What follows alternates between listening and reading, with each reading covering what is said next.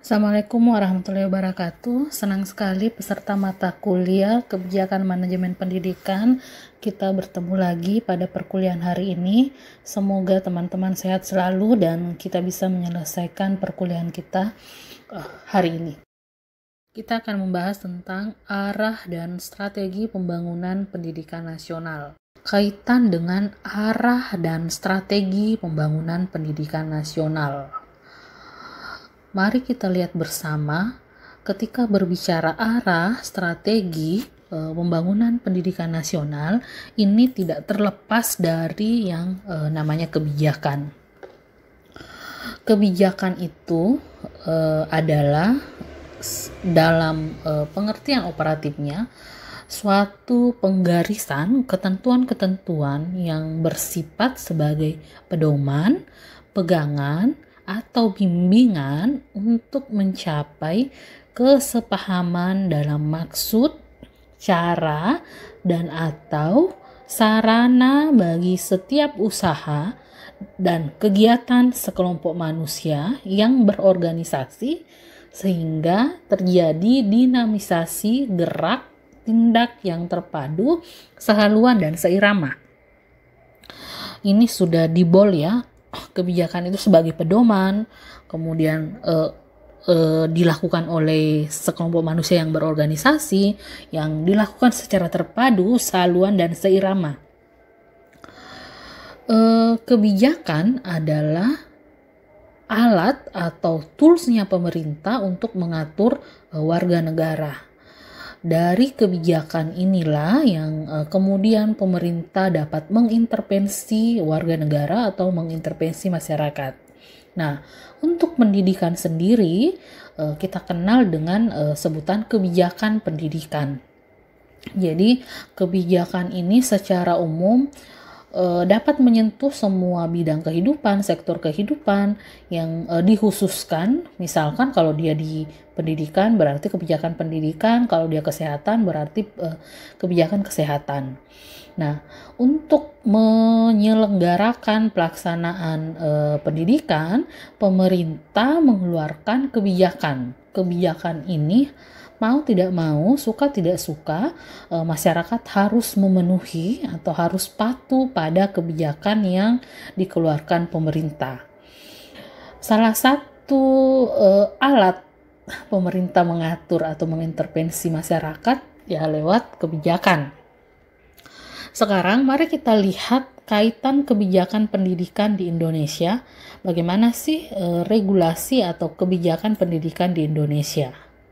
Nah, ini ya teman-teman, wujud dari kebijakan itu tertuang dalam regulasi atau dalam aturan perundang-undangan atau dikenal sebagai legalnya. Formalitasnya apa sih? Dasar hukumnya apa? Nah, pendidikan di Indonesia berdasar pada yang pertama itu adalah Undang-Undang Dasar 1945. Mungkin teman-teman tadi agak saya harus memperlihatkan dulu benang merahnya antara kebijakan dan aturan hukum atau regulasi. Nah, Undang-Undang Dasar Peraturan Pemerintah ini adalah wujud atau manifestasi dari kebijakan. Ketika ada kebijakan, nanti setelah wujudnya tampak dari kebijakan itu tertuang dalam legalitas seperti ini, dari undang-undang peraturan pemerintah sampai peraturan daerah. Jadi kebijakan itu dibagi menjadi 3 level ya, yakni kebijakan makro, middle, dan mikro. Makro itu besar, makro itu kayak undang-undang dasar, undang-undang. Kemudian level mikro itu peraturan pemerintah, peraturan presiden. Kemudian middle, kemudian peraturan mikro itu kayak peraturan daerah. Kemudian peraturan menteri itu juga middle ya. Peraturan bupati dan seterusnya. Jadi semakin teknis atau semakin ke bawah tata peraturan perundang-undangan di Indonesia, maka akan berbicara teknis, maka akan bicara petunjuk teknis. Jadi semakin ke bawah itu semakin berbicara teknis, sedangkan semakin ke atas itu semakin luas. Jadi kayak Undang-Undang Dasar 1945 itu luas, undang-undang dan seterusnya. Nah, mari kita lihat satu persatu untuk kajian pendidikan di Indonesia seperti apa. Kita lihat dari Undang-Undang Dasar 1945. Kaitan dengan pendidikan itu ada di pembukaan Undang-Undang Dasar 1945. Pada pembukaan di situ jika teman-teman kita upacara bendera, kita sering mendengar pembacaan pembukaan Undang-Undang Dasar 1945, di mana tujuan dari negara ini adalah melindungi segenap bangsa Indonesia dan seluruh tumpah darah Indonesia, dan untuk memajukan kesejahteraan umum. Ini nih yang di garis merah, di warna merah, mencerdaskan kehidupan bangsa dan ikut melaksanakan ketertiban dunia. Mencerdaskan kehidupan bangsa ini adalah tanggung jawab dari pendidikan. Kemudian dijelaskan lebih detail pada pasal 31 Undang-Undang Dasar 1945. Ini sudah di bagian batang tubuh Undang-Undang Dasar 1945. Ini terdiri dari 5 pasal, bahwa setiap warga negara berhak mendapat pendidikan. Kemudian pemerintah atau warga negara wajib mengikuti pendidikan dasar dan pemerintah membiayai. Jadi pertanggungan pemerintah yang wajib dibiayainya adalah pendidikan dasar. Kemudian mengusahakan penyelenggaraan yang berdasarkan pada keimanan, ketakwaan, akhlak mulia. Kemudian ada pasal 4, anggaran pendidikan sekurang-kurangnya 20% dari anggaran pendapatan dan belanja negara. Jadi anggaran pendidikan itu sekurang-kurangnya 20% dari APBN. Begitu pula pada APBN, sekurang-kurangnya penggunaannya adalah 20%. Nah, di sini sudah nampak ya, kita sudah ada aturan pendanaan. Seperti yang saya sampaikan tadi, bahwa kebijakan itu adalah pedoman, panduan, kemudian aturan yang isinya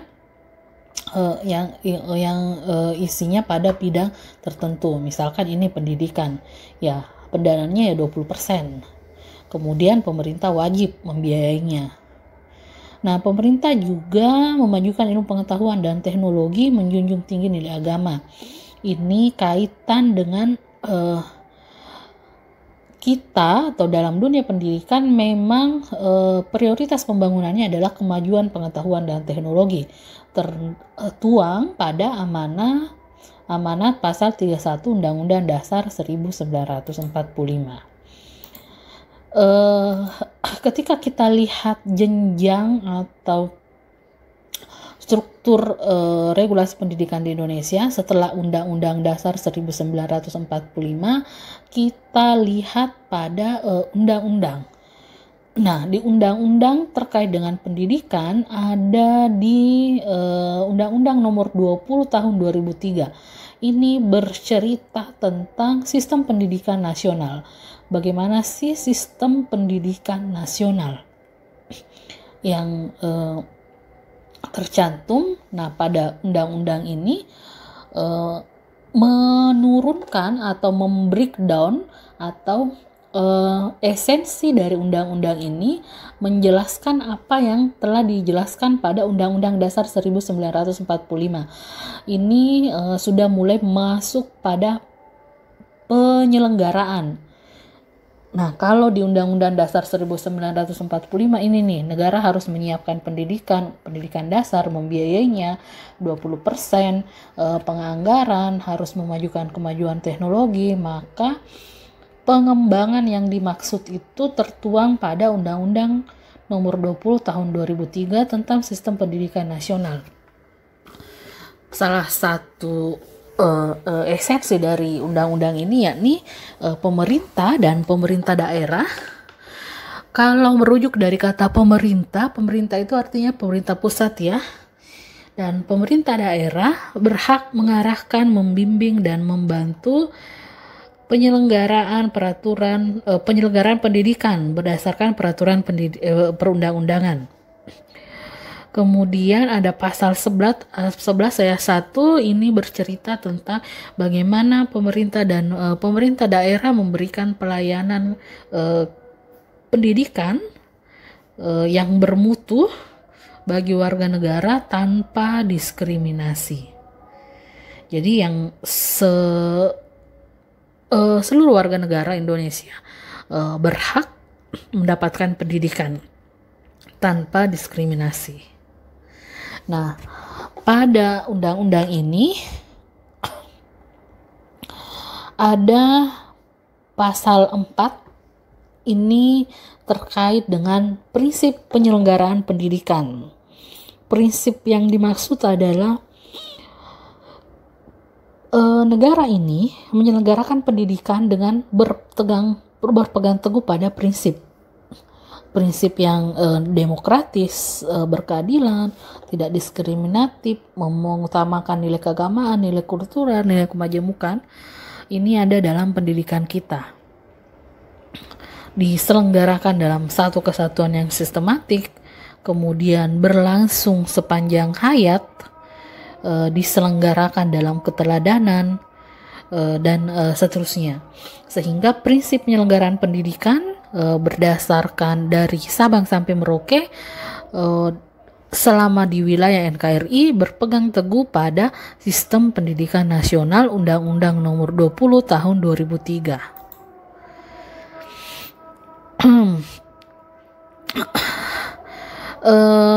Kaitan dengan pendidikan tidak hanya lepas atau selesai di Undang-Undang Nomor 20 tadi, tetapi ada juga kaitan dengan Undang-Undang Nomor 23 Tahun 2014 tentang pemerintah daerah.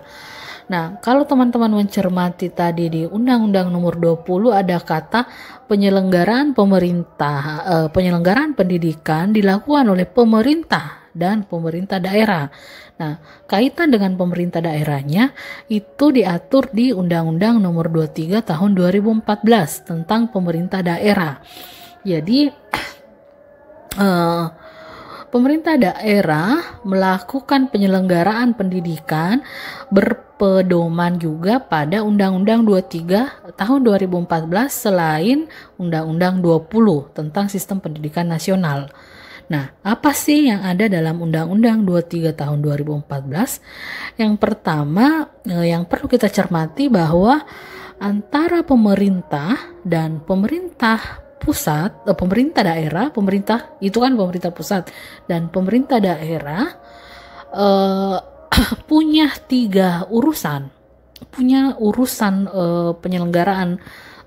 penyelenggaraan sektor kehidupan warga negara. Yakni ada urusan pemerintahan absolut, urusan pemerintahan konkuren, dan urusan pemerintahan umum. Nah, kaitan dengan pendidikan, dia ada pada urusan pemerintahan konkuren. Maksudnya adalah Undang-Undang 23 tahun 2014 ini tidak hanya fokus pada pendidikan, tapi fokus pada apa sih pekerjaan dari pemerintah daerah. Nah, pekerjaan pemerintah daerah itu ada di urusan pemerintahan konkuren. Jadi antara pemerintah dan pemerintah daerah ada tiga urusan. Ada urusan pemerintahan absolut, ada urusan pemerintahan umum, dan ada urusan pemerintahan konkuren. Urusan pemerintahan absolut itu absolut hanya dilakukan oleh pemerintah pusat. Itu ada 5 urusan: agama, justisi, fiskal, hubungan luar negeri, dan militer. Kemudian urusan pemerintahan umum ini urusan presiden dan urusan pemerintahan konkuren. Nah, urusan pemerintahan konkuren ini yang merupakan pembagian antara pemerintah pusat, provinsi, dan kabupaten kota. Sehingga tidak ada tumpang tindih penyelenggaraan. Jadi kayak sudah diselenggarakan oleh pemerintah daerah, kabupaten, diselenggarakan lagi pemerintah provinsi atau pusat. Maka dari itu ada yang namanya urusan pemerintahan konkuren. Sudah dibagi, sudah jelas pembagian apa yang menjadi urusan pemerintah pusat, provinsi, kabupaten, kota dalam bidang pendidikan. Kemudian saya rasa itu clear. Kita coba lihat urusan yang dimaksud. Ini tertuang dalam undang-undang dalam pasal 9 ya. Urusan konkuren ini tadi yang absolut, ini ya tidak boleh diganggu gugat. Kemudian urusan pemerintahan umum juga tidak diganggu gugat. Yang diganggu atau yang menjadi kewenangan daerah adalah konkuren. Konkuren ini ada pelayanan dasar dan pelayanan non dasar dan pilihan. Nah, untuk pendidikan sendiri dia masuk pada urusan wajib dasar. Sudah wajib menjadi lagi pelayanan dasar. Nah, apa saja yang ada di pelayanan dasar? Ini kita bisa lihat ya, ada pendidikan, kesehatan, pekerjaan umum, dan seterusnya. Sehingga fokus kita ada di nomor 1. Pelayanan pendidikan wajib dilaksanakan oleh pemerintah pusat, kabupaten, kota, dan provinsi sesuai dengan kewenangannya masing-masing. Nanti kita lihat jenis kewenangan masing-masing. Nah, tetapi dalam pelaksanaan penyelenggaraan ini, terutama bidang pendidikan, harus mengacu kepada namanya standar pelayanan minimal. Jadi kayak standar pelayanan minimal di sekolah itu harus ada apa? Minimal di sekolah itu harus tersedia buku, tersedia meja, tersedia dan segala macam. Untuk standar pelayanan minimal sendiri itu diatur oleh Kementerian Pendidikan dan Kebudayaan. Kemudian ada juga standar nasional pendidikan SNP, ini juga berlaku nasional. Jadi meskipun yang menyelenggarakan pendidikan adalah pemerintah daerah, tetapi harus mengacu pada yang namanya SPM dan SNP sebagai target yang harus dicapai. Nah, sekarang mari kita lihat yang saya bilang tadi ya, urusan konkuren. Untuk urusan pendidikan sudah dibedakan. Pembedaannya adalah kabupaten kota selaku daerah otonom mengelola pendidikan dasar. Pendidikan dasar itu yang mana? SD, sekolah dasar, dan SMP, sekolah menengah pertama. Itu adalah urusan kabupaten kota. Nah, ketika melaksanakan urusan pendidikan dasar, dan ada 2 ya kewenangan kabupaten kota, pendidikan dasar dan pendidikan anak usia dini atau PAUD. Jadi yang PAUD itu ya urusan kabupaten kota. Nah, tetapi dalam pelaksanaan urusan ini dimulai dengan ada namanya manajemen pendidikan, di mana manajemen pendidikan itu ada 10 layanan utama. Jadi kabupaten kota harus menyediakan 10 layanan utama. Demikian pula untuk PAUD ada 10 layanan utama. Layanan yang pertama itu misalkan menyediakan kebijakan daerah. Penyediaan kebijakan daerah ini misalkan berupa perda atau peraturan bupati tentang bagaimana penyelenggaraan pendidikan dasar, penyediaan sekolah dasar, penyediaan sarana dan prasarana, pengelolaan perencanaan, data dan informasi, dan seterusnya. Jadi kaitan dengan memanage pendidikan untuk dasar dan PAUD adalah urusan kabupaten kota. Nah, selanjutnya urusan kurikulum. Jadi kalau kaitan dengan kurikulum, kabupaten kota menyediakan kurikulum muatan lokal. Jadi kurikulum itu tetap mengacu ke pemerintah atau di Kementerian Pendidikan dan Kebudayaan. Jadi kayak kurikulum itu se-Indonesia ya sama ya. Jadi kalau Kementerian Pendidikan mengatakan kurikulum yang digunakan misalkan kurikulum K13 atau kurikulum KKNI, itu tetap menjadi panduan, tetapi pada daerah menyediakan kurikulum muatan lokal karena itu disesuaikan dengan kearifan lokal daerahnya masing-masing atau konteks lingkungan alam sosial daerahnya masing-masing. Ini ada 6 layanan utama terkait dengan kurikulum. Kemudian untuk urusan akreditasi, kabupaten kota tidak punya kewenangan akreditasi, tetapi masih menjadi tugas pemerintah atau pusat terkait mengakreditasi. Kemudian terkait dengan pendidik dan tenaga kependidikan, ini juga tanggung jawab kabupaten kota ya. Baik itu terkait dengan kualitas, kemudian pemindahan, pemerataan pendidik dan tenaga pendidikan untuk sekolah dasar dan PAUD urusan kabupaten kota atau ujung-ujungnya urusan bupati atau wali kota. Demikian pula yang perizinan dan perizinan pendidikan. Jadi kalau misalkan mau membangun sebuah sekolah dasar atau PAUD, perizinannya itu dilakukan di kabupaten kota.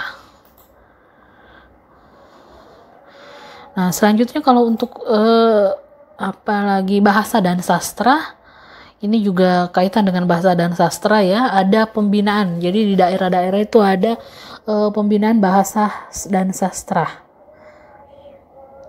Sehingga ada penggunaan bahasa dan sastra serta penuturnya. Ini ada sendiri di Dinas Pendidikan.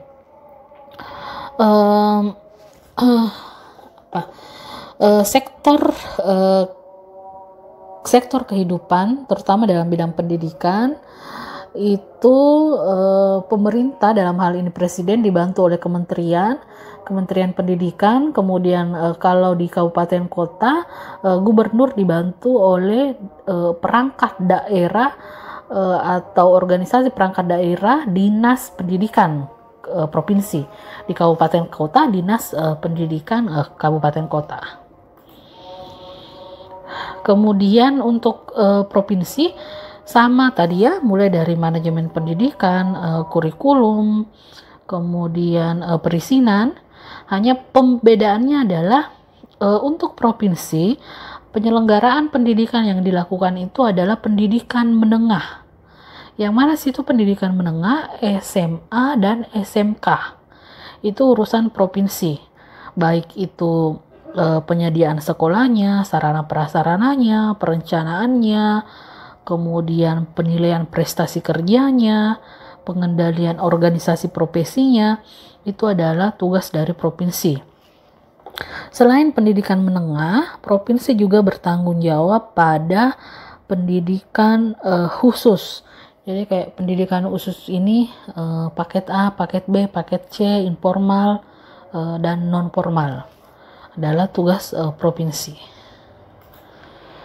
Selanjutnya kalau kayak akreditasi juga tidak ada kewenangan. Kewenangan ini adalah kewenangan pemerintah pusat terkait dengan pendidik dan tenaga kependidikan. Ya gubernur atau provinsi berhak mengatur pemerataan penataan pendidik. Demikian pula perekrutan pendidik guru SMA menjadi kewenangan gubernur. Perizinan juga demikian. Kalau ingin membuat sebuah sekolah yang dikelola oleh masyarakat, perizinannya lewat gubernur. Untuk sekolah SMA atau SMK atau paket A atau paket B, seperti itu. Begitu pula dengan bahasa dan sastra, itu juga ada penanganannya, tapi lingkupnya ini lebih besar provinsi. Kalau bahasa dan sastra tadi kabupaten, ya lingkupnya kabupaten. Selanjutnya setelah itu kita masih di Undang-Undang 23 tahun 2014 ya, urusan pendidikan yang tadi ya. Jadi ada layanan dasar, menengah, PAUD, non formal. Dalam penyelenggaraannya ini harus mengacu pada SPM dan NSPK. SPM itu standar pelayanan minimal. Selanjutnya kita ke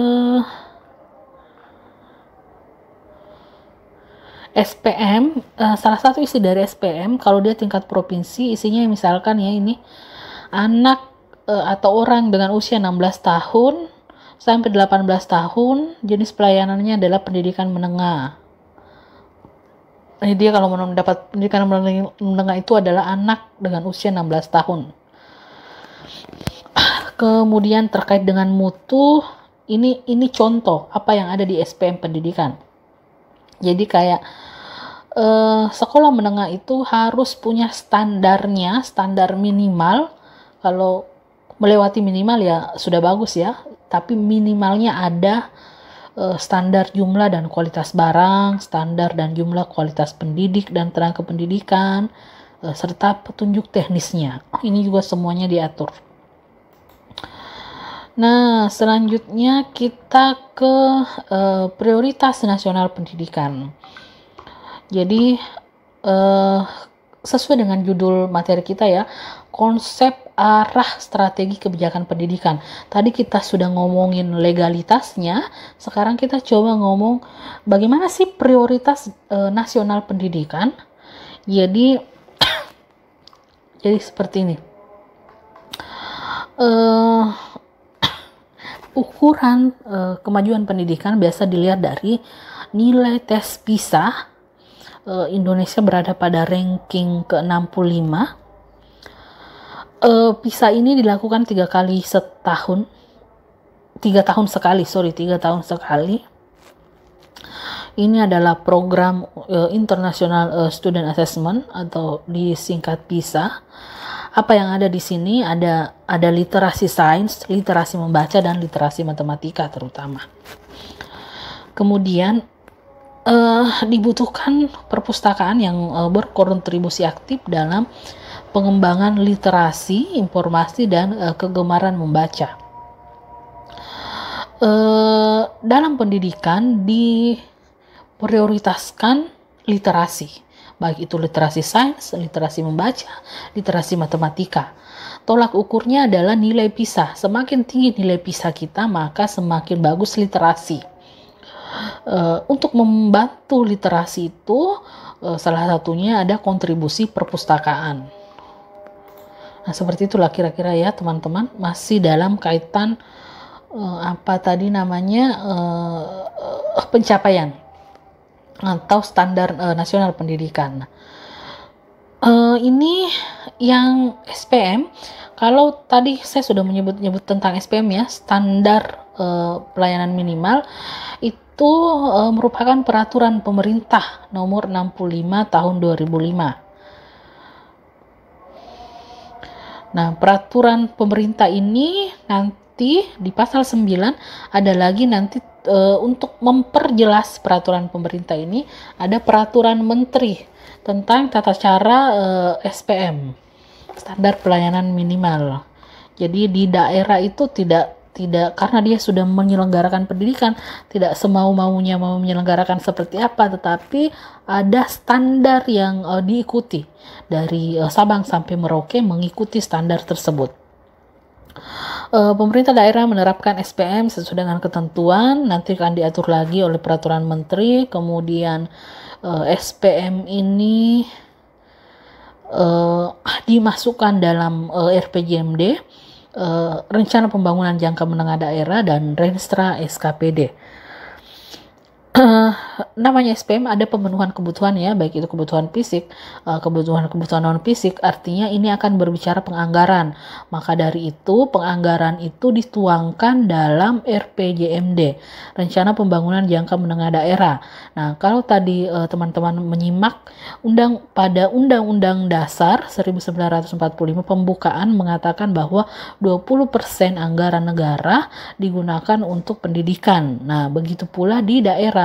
Pada RPJMD itu tertuang penganggaran untuk pendidikan. Nah, penganggaran di pendidikan itu berdasar pada rencana strategi perangkat daerah atau Renstra SKPD, khususnya Renstra Dinas Pendidikan.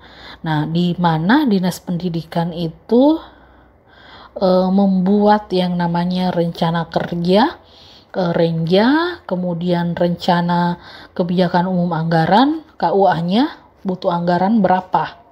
Rencana kerja anggaran RKA SKPD. Nah, itu yang kemudian dipertimbangkan dalam kemampuan keuangan daerah, terutama bidang pendidikan. Selain dari SPM, pendidikan juga diatur pada peraturan presiden terkait pembangunan jangka menengah nasional. Dalam peraturan presiden ini tentang rencana pembangunan jangka menengah nasional, itu diterapkan bahwa pendidikan itu adalah salah satu prioritas dalam agenda utama pembangunan nasional. Jadi pendidikan adalah salah satu prioritas dalam agenda pembangunan nasional. Nah, untuk melihat jadi dari tahun ke tahun, pada periode 2005 itu RPJMN, Rencana Pembangunan Jangka Menengah 2004-2009, kemudian yang terbaru ini 2020 sampai 2024, semuanya mengagendakan bahwa pendidikan perlu menjadi agenda utama. Nah, ini ini adalah nasional jangka panjang, maksudnya rencana pembangunan pendidikan. Secara jangka panjang sudah diatur bagaimana sih pembangunan pendidikan di Indonesia. 2005, periode 2005 sampai 2010 itu peningkatan kapasitas dan modernisasi. Peningkatan kapasitas ini bagaimana meningkatkan kapasitas dinas-dinas pendidikan dan sekolah. Kemudian 2010 sampai 2015 itu penguatan pelayanan, bagaimana sekolah-sekolah efektif dalam memberikan pelayanan. Kemudian 2015 sampai 2020 ada daya saing regional, jadi sudah mampu bersaing secara regional kewilayahan. Nah, sekarang 2020 sampai 2025 kita masuk pada fase daya saing internasional. Jadi fase pendidikan kita itu memang sudah masuk pada daya saing internasional.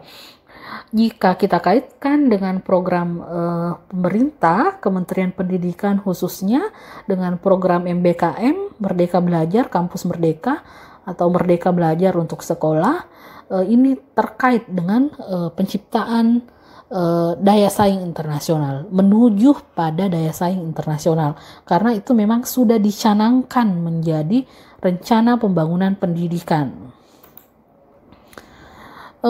Ini skala-skala prioritas ya, sama dengan yang tadi, ini turunannya saja.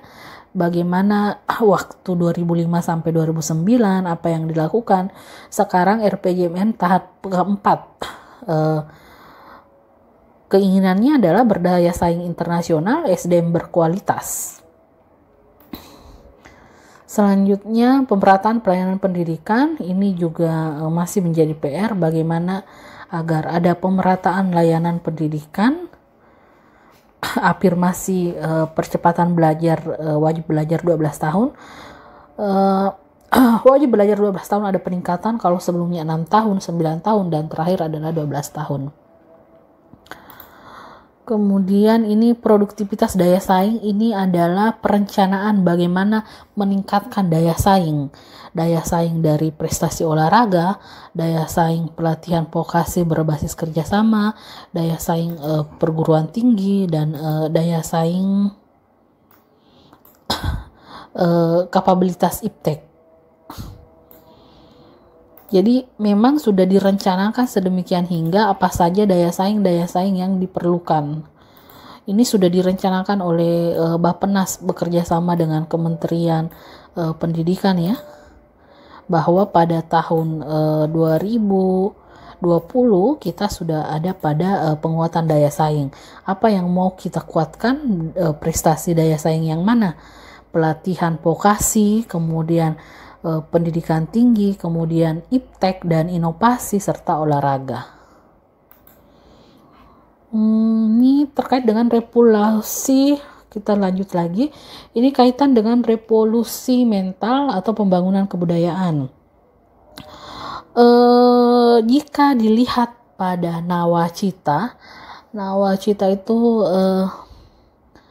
turunan dari visi dan misi presiden yang wujudnya adalah nawacita. Salah satunya adalah revolusi mental. Nah, bagaimana revolusi mental ini menjadi sebuah ideologi atau sebuah peradaban baru untuk generasi muda. Jadi bagaimana generasi muda mentalnya berevolusi, terutama pada berkarakter. Jadi ini ada formulanya yang disusun oleh Bappenas dan tentunya Kementerian Pendidikan dan Kebudayaan serta Bappenas. Kita lanjut pada peraturan menteri. Jadi tadi peraturan presiden, kemudian ada peraturan menteri. Peraturan presiden kan tentang SPM, nanti lebih jelasnya diatur oleh menteri. Nah, menteri kemudian mengatur tentang SPM, itu ada Permendagri, kemudian ada Permendikbud nomor 23 tahun 2014 tentang SPM. Nah, kalau ini saya turunkan adalah visi Kementerian Pendidikan dan Kebudayaan yang mempunyai visi membentuk sumber daya manusia Indonesia yang berkarakter sebagai sumber daya pembangunan yang produktif. Kemudian ada misinya, ada berapa misi ini? Ada 6 misi, kemudian ada 7 tujuan. Ini adalah rohnya Kementerian Pendidikan dan Kebudayaan dalam bekerja. Mereka akan menurunkan dari visi dan misi serta tujuan yang kemudian turun menjadi program kerja dan kegiatan kerja. Selanjutnya adalah terkait dengan pendidikan tinggi ya. Kalau pendidikan tinggi MBKM ya, Merdeka Belajar Kampus Merdeka. Itu ada salah satu kegiatannya itu prodi, bisa membuat prodi baru dengan syarat tertentu. Kemudian reakreditasinya otomatis, kemudian ada kebebasan untuk BLU dan Satker menjadi PTNBH, serta kegiatan-kegiatan mahasiswa di luar kampus. Jadi ada 8 kegiatan mahasiswa di luar kampus seperti magang, proyek di desa, mengajar di sekolah, pertukaran pelajar, riset, kegiatan wirausaha, proyek kemanusiaan dan lain-lainnya. Dan apa nih yang satu proyek kemanusiaan, ada 8. Nah ini mahasiswa diberikan kewenangan untuk keluar di luar kampus, belajar di luar kampus, atau kalau istilahnya Mas Menteri, sudah saatnya tidak berenang di kolam renang tetapi berenang di lautan.